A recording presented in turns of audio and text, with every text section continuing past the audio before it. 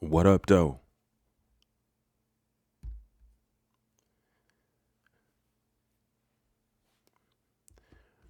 Welcome back as we continue to peel the layers back.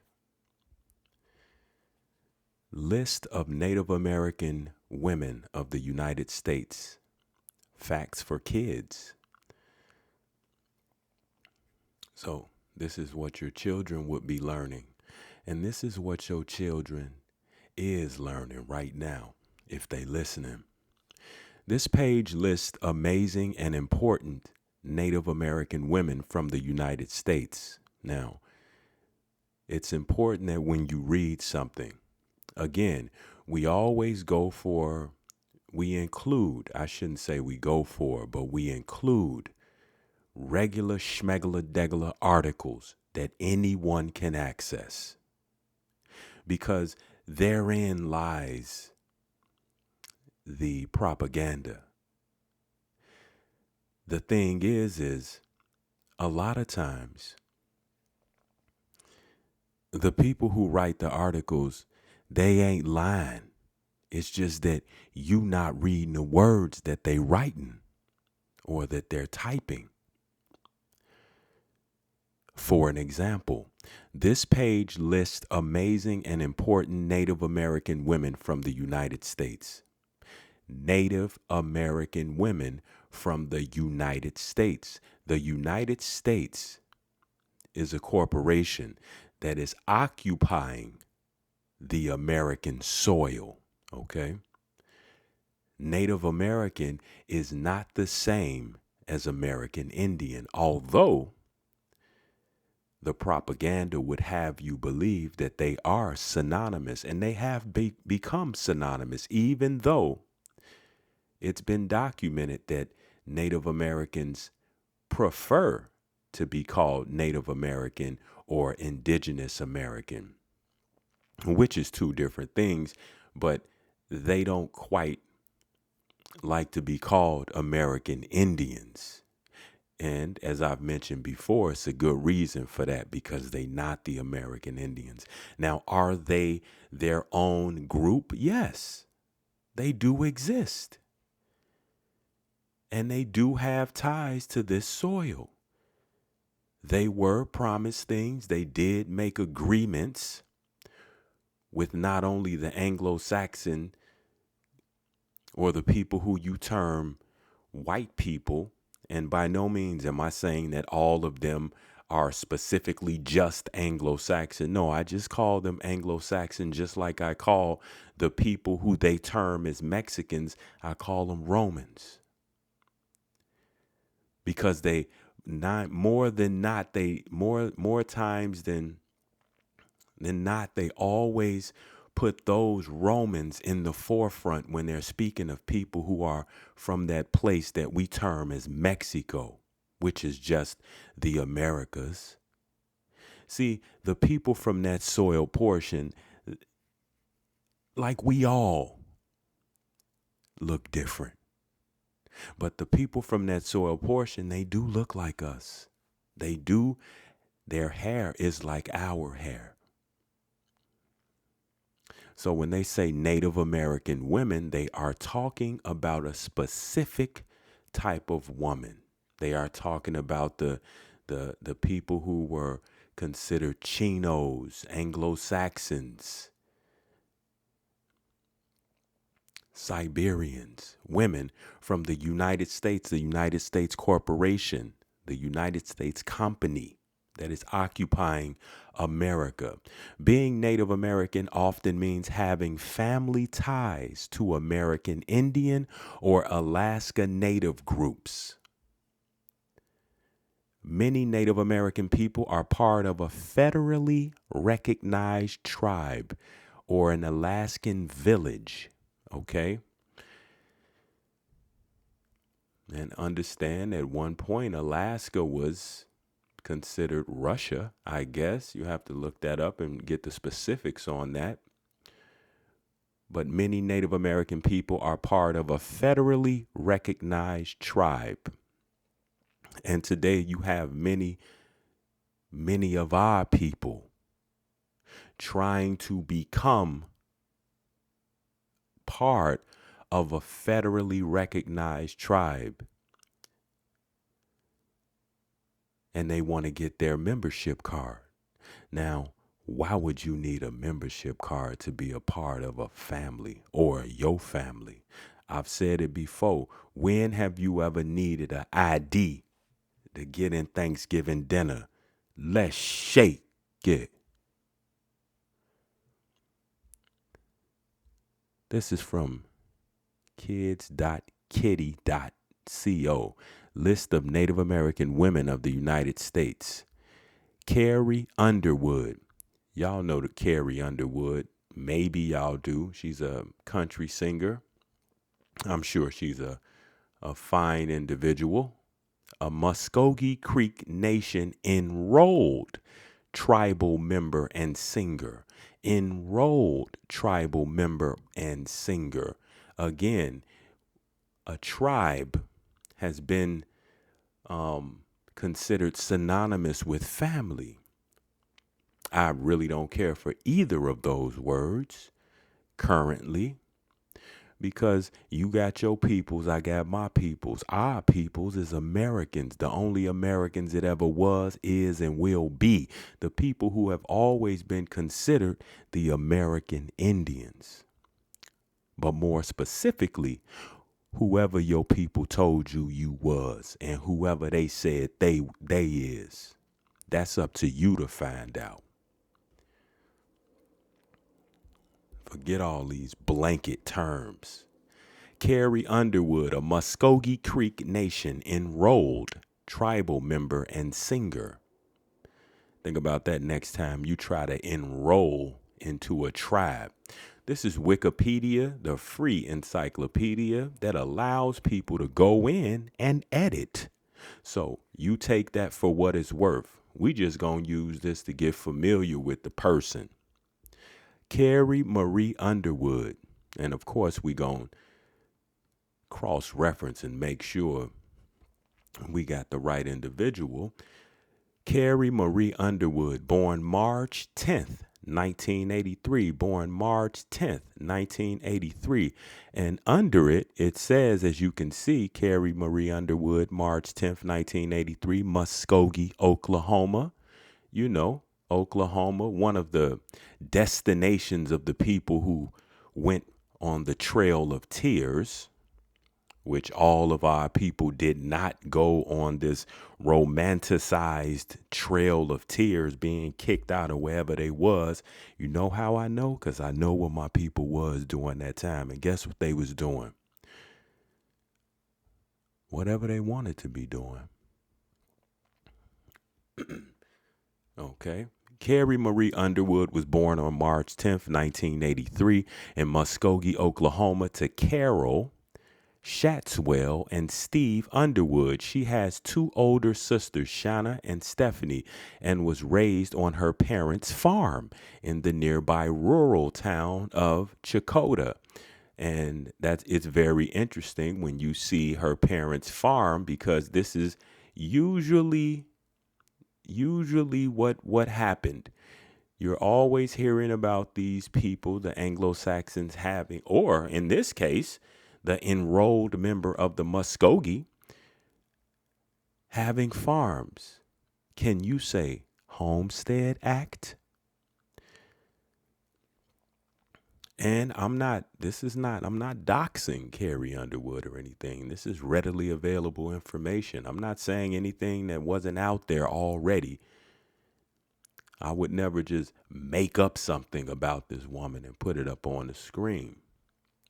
Underwood sang at her local church, First Free Will Baptist Church. She later sang for, who go to a Baptist church? I've been to a Baptist church, many Baptist churches. Some the hole in the walls, where you got to stay for too long. You just there too long. Yes, they feed you. Yes, it was catfish.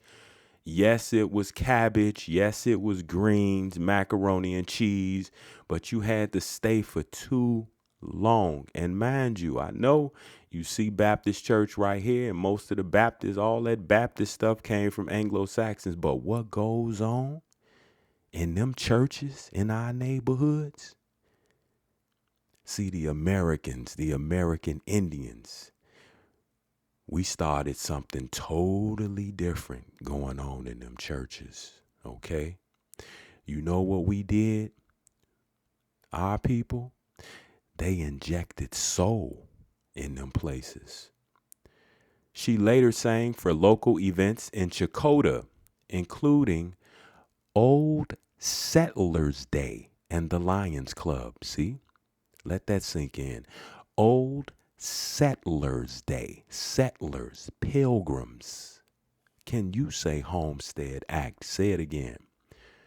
While at Chakotah High School, she was an honor society member, a cheerleader, and played basketball and softball. Underwood graduated from Chakotah High School in 2001. This is from Ancestry.com. Carrie Underwood in the U.S. School Yearbooks.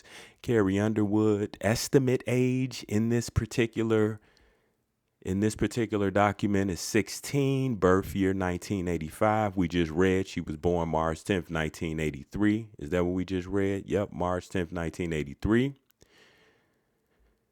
This is 2001. Do the math, son. Do the math. You do the math. School, Chakotah High School. School location, Chakotah, Oklahoma. So we got the right person, right? Here she is at the top on your right. That's Carrie Underwood, the country singer, and the enrolled member of the Muskogee Creek Nation. This is a Native American woman right here, okay? Not to be mistaken for an American Indian. The only Americans there ever was, is, and will be, you know, your people. Here she is, the country singer and Muskogee Creek member. This is Arts and Culture. Where is this from? We'll see where it's from at the end. They'll list it. This article is by George Lang, December 9th, 2016.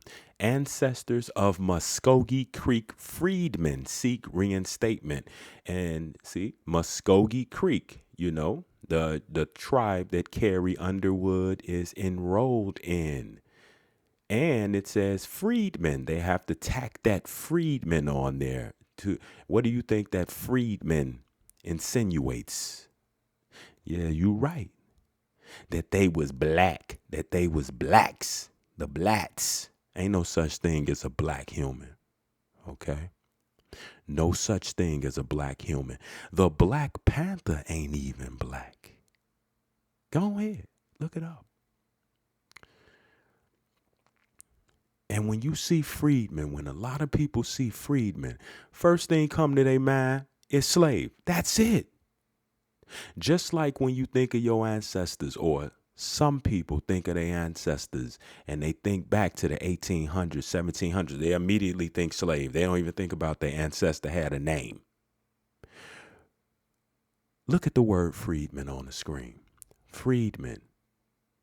They put that D in there because at one point it was just freeman, or free man means what? You free, right? You shouldn't have to say that, right? Being born into the earth and all. Look at the picture. Look at those pictures. Look at those people. Muskogee Creeks right there. And I'm not saying that these people called themselves Muskogee Creek. We don't know what they called themselves. Everything been so tangled up that we don't even know what these people called themselves. We don't even know what our people called themselves. But every now and again they tell you that you Indian. And the thing that blows my mind the most is when someone says, my grandmother was full-blooded Cherokee. My grandfather was full-blooded Cherokee. But yet they don't think they full-blooded Cherokee. Your people telling you something, just like they've always tried to tell us. It's just that at that time, we weren't really into hearing what they had to say. We was trying to do our own thing. We was outside. When he looks into the faces of his ancestors in a fuzzy black and white photo on his presentation materials, Ron Graham sees Creek Indians.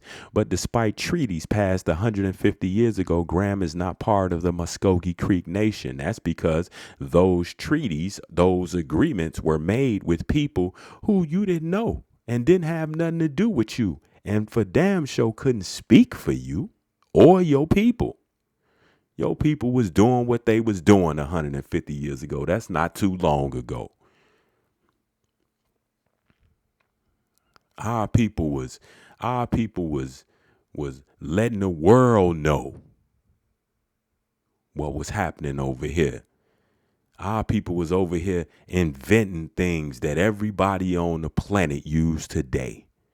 He is working tirelessly to correct what he sees as long-standing injustices against the people known as Creek freedmen. See, that's a big mistake. I don't see when people say Creek freedmen, and this gentleman, when he's speaking about his family, he's saying Creek freedmen because those are the words that are put into treaties and these laws and things of that nature. See, you got to put labels on yourself. You can't just be somebody who sprouted up from the soil. You understand? He says, my main goal is to be fully recognized as a Creek citizen within the Creek Nation, said Graham, descendants of freedmen of the Five Civilized Tribes Association genealogy chairman. So he is a descendant of freedmen of the Five Civilized Tribes Association genealogy chairman. He's the chairman, and he says, my main goal is to be fully recognized as a Creek citizen within the Creek Nation. I mean, to me, it's disgusting. But to him, it's his main goal. Why would anyone need to be recognized as being a citizen of something, of anything? Don't make me a citizen. Me and my people, we came from the soil as far as I know, or the water, whichever one. I have no idea, but I'm pretty sure you're going to look in one of your science books and they're going to tell you where your people came from 1 billion years ago, just like they're going to tell you where the earth came from 1 billion years ago. Yeah, some 60-year-old man or 70-year-old man going to tell you that, right? What happened 1 billion years ago, and you believe them because they're going to show you a machine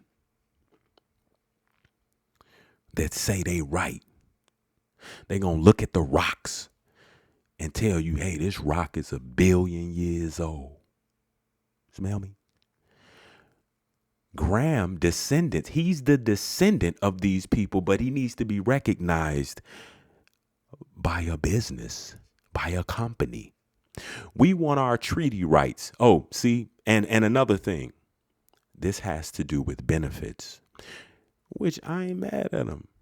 We want our treaty rights, human rights, and birthrights restored. That is first and foremost. Well, if you don't have your treaty rights, the agreement rights, that's one thing. The human rights is another, and birthrights restored, that's another. So that's 3 reasons to go to war. By any measure. I'm not saying go out and do it because at this point you can't win. Okay, don't be stupid.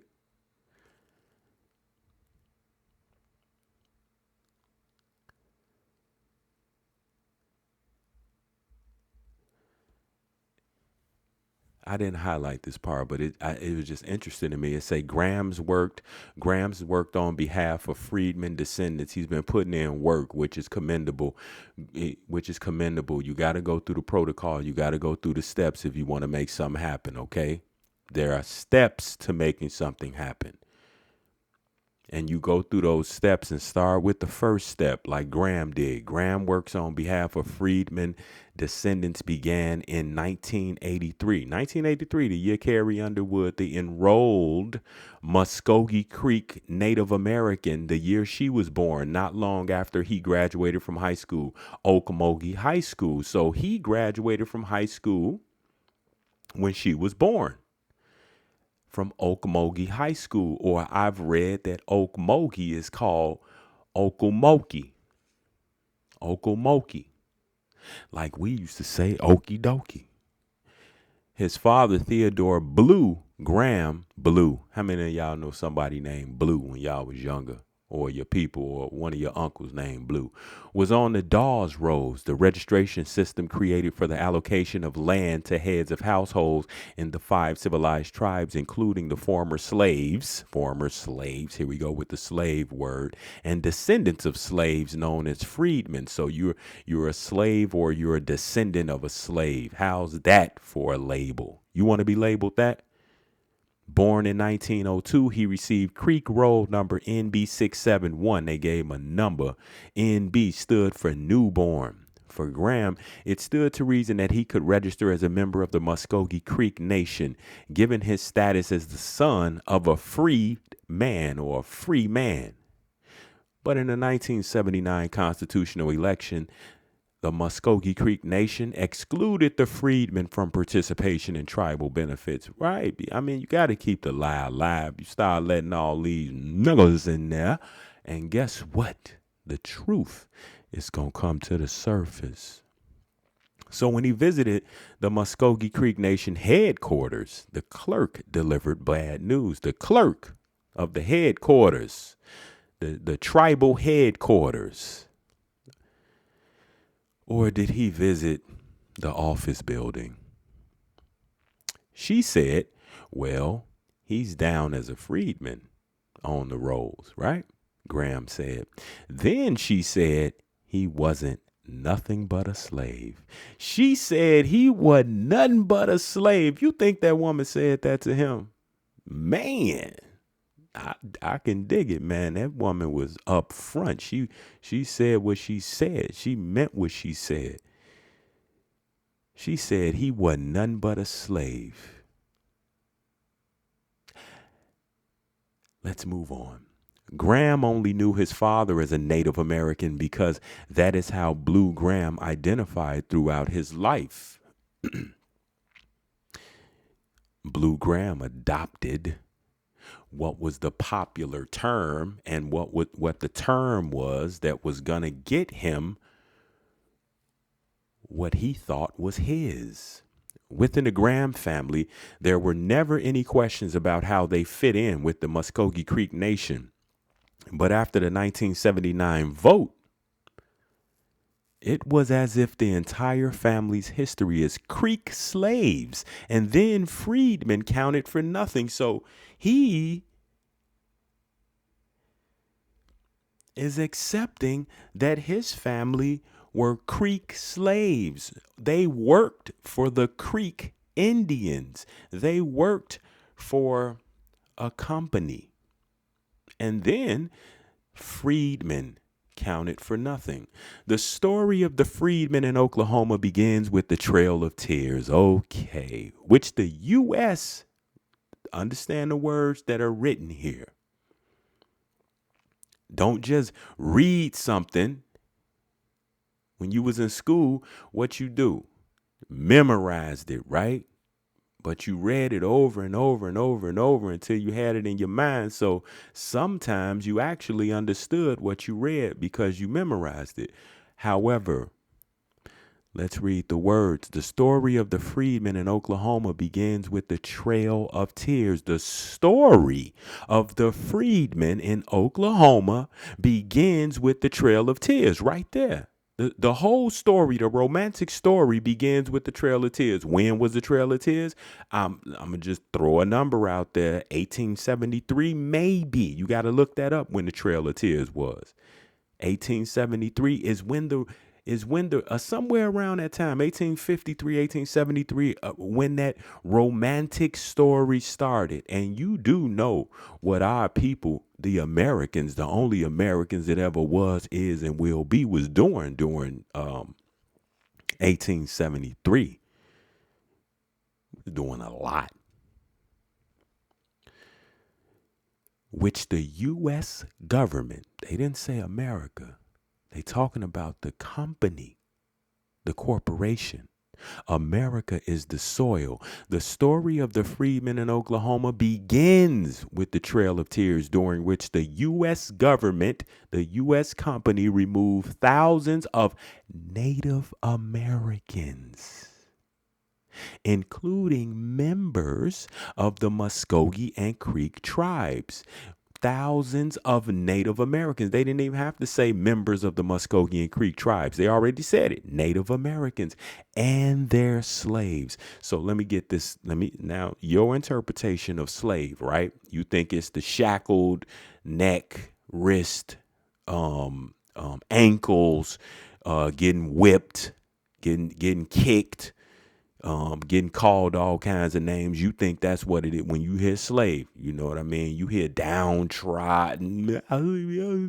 What you say, Mal? Yeah, that's what you think of. But use your mind. Use your brain.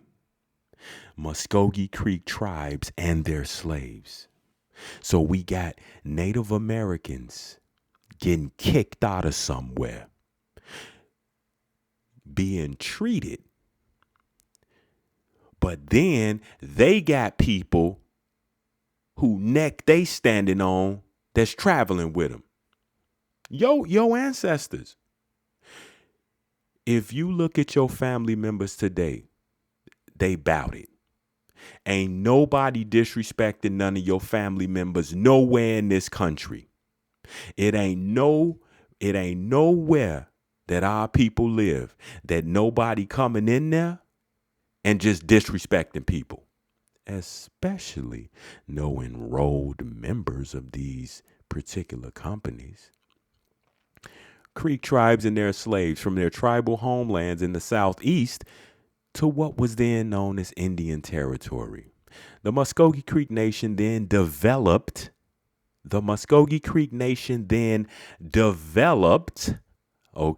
means this is their origin, out of the union of independent small towns scattered from Fort Gibson to the Indian Territory border. Okay, it's a reason that the U.S. has the Department of War. Following the Civil War, the tribes that supported the Confederacy were punished by Reconstruction treaties, which required those tribes to cede land, among other things. So they took it required us to take so let's take a look here. This picture says Creek land. Now, understand something. If you look at where this, where it's saying that the creek land is, this reddish orange portion, if you look on any map and you look at the waterways on those maps, you'll find that there are hundreds, thousands of creeks in these areas. This is encompassing what looks like Georgia and portions of Alabama, including Tuskegee, Macon, Alabama, where a lot of my people are from, including Macon, Georgia, Jones County, Bibb County, Georgia. A lot of my people are from these areas. This is Creek land from in 1733 to 1832. This is before Native Americans, okay? This is before Native Americans. You know how I know? Let's use our brains for a second. Who are the people who come from these areas? No, not rednecks. who talk the way they learn to talk because they heard you talk. You think they talk like that when they came from one of them countries in Europe? No, they people spoke a different language, but who they learn how to speak this American language from? They learn from you. Just like they learn from you today. Just like that's the reason they got the Urban Dictionary online so they can learn what you saying. Creek land, 1733 to 1832. Yo, people live in these areas. Stop. This is a map right here. We're looking at those same places, those same territories. And as you can see, you see the Ocmulgee River in Georgia. Okmulgee, you know. And you see it says up there by Tennessee, it says Cherokee Territory, homelands of the 5 tribes. You know, they put those on it. And you see to the left in Mississippi and some of the top of Alabama, you see Chickasaw Territory. And then under that, you see Choctaw or Chata. And also along the western side of Alabama is Chata. And then you see the Creek territory that we went over in the last picture that encompasses Georgia, some of Georgia and some of Alabama, which of course all these things are really the same because these are just lines on a map. Then down in Florida, you see Seminole territory, you know. Just using as a frame of reference. Okay. George Washington's Mount Vernon. Okay. Creek Nation. Check it out. The Creek or Muskogee Nation is a modern, federally recognized Native American tribe in the United States. I mean, what more do you need? Huh? You see the 2 braids on the people hair. You hear him and listen, nothing against those people. They are who they are. Nothing against those people. We talking about us right now. We talking about an extension of identity theft, which is very serious because it's put us in the trick bag we in today. You know, the bag that allows people to put chemicals in our water. The trick that prevents us from tasting the sweet water of a Georgia creek. The creek I told you they don't lie. People ain't lying to you. They write it down. They tell you. It's up to you what you gonna do with the information. The Creek or Muskogee Nation is telling you right here. The George Washington Presidential Library at Mount Vernon. The Creek or Muskogee Nation is a modern, federally recognized Native American tribe in the United States. Okay? America is the soil. In the 18th century, the 1700s, though, the Creek Nation was instead the Creek Confederacy. See, the Creek or Muskogee Nation is a modern, federally recognized Native American tribe in the United States. And all its members is a modern thing. A recent thing. In the 1800s, in the 18th century, the 1700s, though, the Creek Nation, which I'm pretty sure they didn't call themselves, this was a name given by foreigners, was instead the Creek Confederacy, a multi-ethnic coalition of migrant peoples. So it's saying that it was a bunch of different, just like your family, it's a bunch of different complexioned people who moved around America how they wanted to move. As their influence spread in the South, Creek Nation navigated in the South. As their influence spread in the South, Creek Nation navigated relationships between the British, Spanish, and French. This is becoming political now. And the political players, they're not coming to you or your family members to ask what you think we should do. What's your advice? What do you suggest? The Confederacy evolved out of the Mississippian civilizations that collapsed in the Southeast during the 16th and 17th centuries as a consequence of European colonialism. That's garbage. 16th century is the 1500s, so they're saying the 1500s and 1600s centuries as a consequence of European colonialism. Europeans weren't that strong in those times. Europeans were just coming here making settlements along the eastern seaboard. And when they say settlement, some could be 100 people, some could be 10, some could be 1,000. They didn't have no power like that. They had to know your people. They had to get to know your people. They had to make deals with your people. Over the course of a century, these multilingual communities continuously merged, precipitated by the founding of the mother towns, Coweta, Cuseta, Tuckabatchee, and Abika. By the turn of the 18th century, they were all collectively identified by Europeans as the Creek Indians. You heard that? They were collectively identified by Europeans as the Creek Indians, just like you collectively identified by Europeans as well as people who look like you today as the blacks, Black Americans, African Americans. See the correlation? The Confederacy was less a nation, as defined by Western standards, as more of a flexible union of towns.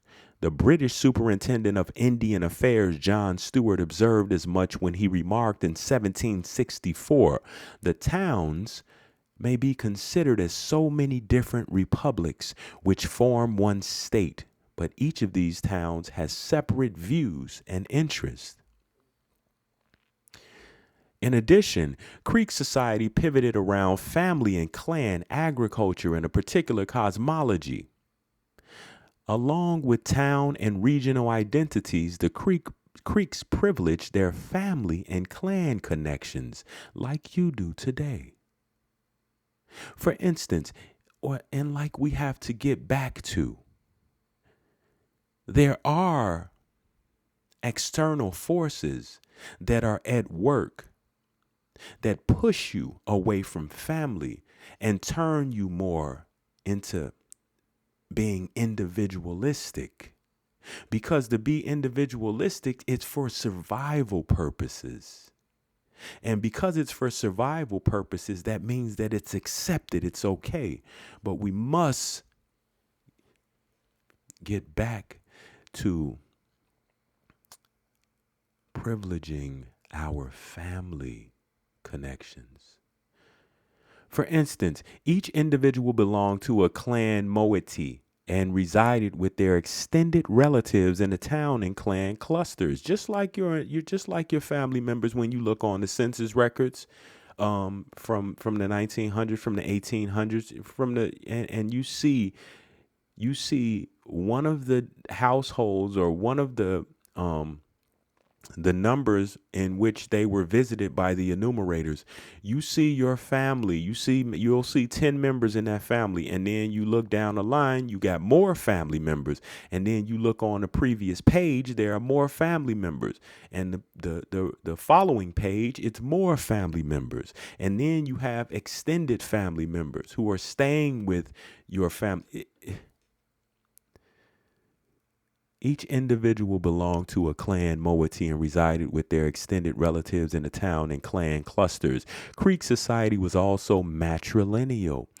Matrilineal, as children inherited the clan of their mothers. Women controlled the means of production, commanded the power to incorporate outsiders, and wielded authority over the household. And this balances women out. This is why a woman must be with a man, because this is the balance.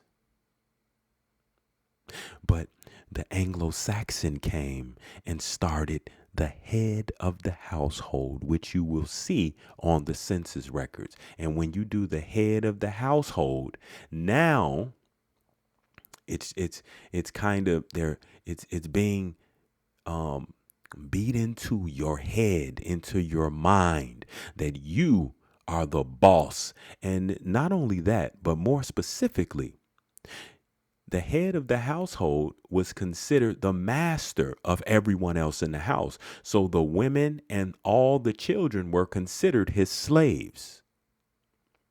Women controlled the means of production, just like the matriarchs of our family have always really controlled everything. The men in our family, they went to work. They hung out with their friends every now and again. They went to work. They did what they had to do. They did they want to. But the women was the one who took care of the household, took care of all the business of the household. I'm not saying the man didn't make no decisions, but the woman have always held it down. When you go to family dinners, when you used to go to family dinners, I don't know how it is now, but my grandmothers was the ones who everyone went to. Your grandfather was chilling because he knew his woman had everything under control, and she had the respect of all your peoples.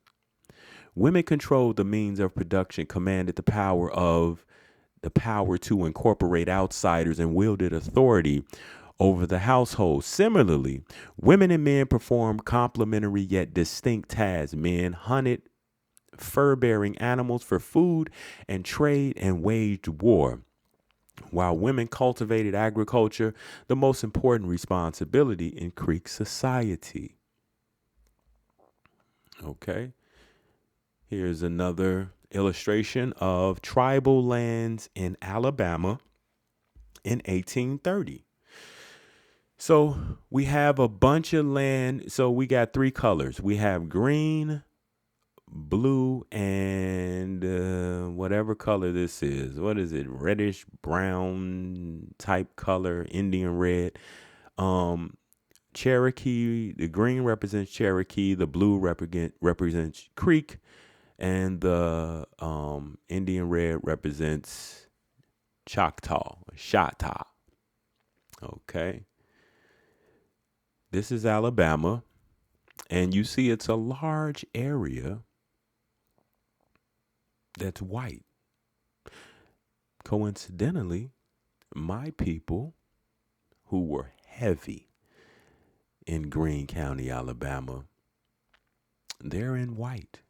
These are the places where, you know what these places mean? Let's not even go deep with it. You know what the places that don't have colors on them, you know what that means? That those people minding their business. Okay. The rest of this stuff is political. But guess what? That whole entire state, we know it's lines on the map, but that whole entire state, guess what?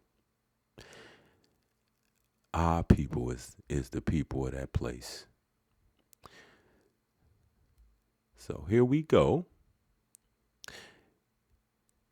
The racial draft. The Muskogee Creek Native American Nation choose country singer Carrie Underwood. And she is an enrolled Muskogee Creek Nation tribal member. Go ahead, take a look. Again, I'm pretty sure she is a fine woman.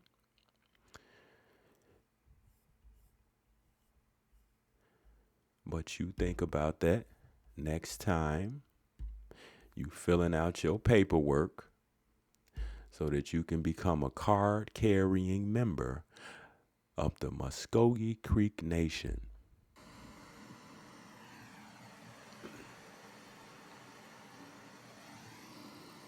do the right thing.